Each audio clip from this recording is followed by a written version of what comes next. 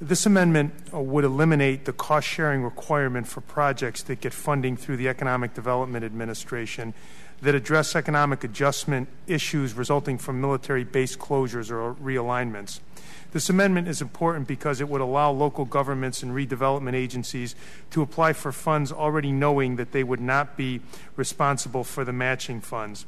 My district is home to two former bases, one an Air Force base in Rome, and the second, the former Seneca Army Depot, which occupies more than 10,000 acres in the towns of Varick and Romulus in Seneca County.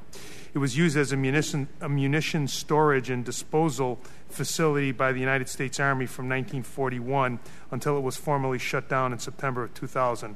The property has extensive array of warehouses and weapons storage igloos that are structurally deficient and in need of removal. Demolition of these structures alone will cost an estimated $18 million. Seneca County, with a total population of 34,000, has taken on the monumental task of redeveloping the depot, but is really an extraordinary effort for them to pay for the cost of the demolition of these igloos. Current law sets the federal share for such redevelopment projects at 50% and gives the Secretary discretion to raise the share up to 100% upon a certain showing by the applicant. However, even if the necessary showing of financial need is made, the Secretary is not required to increase the federal share for the project.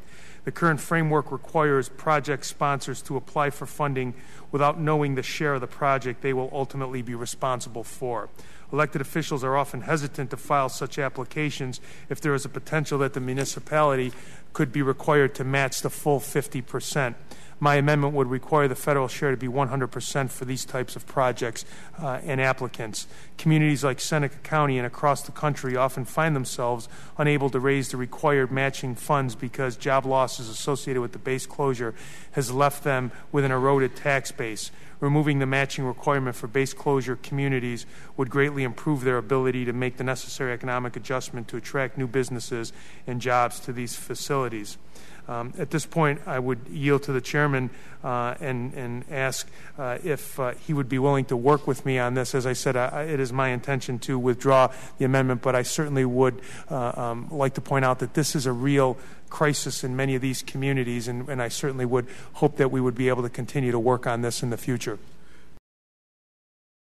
It's good to have consideration of an issue of this kind, to have a discussion of the urgency of local match. EDA serves those most distressed areas of our country, those that have fared the worst in our national economic picture.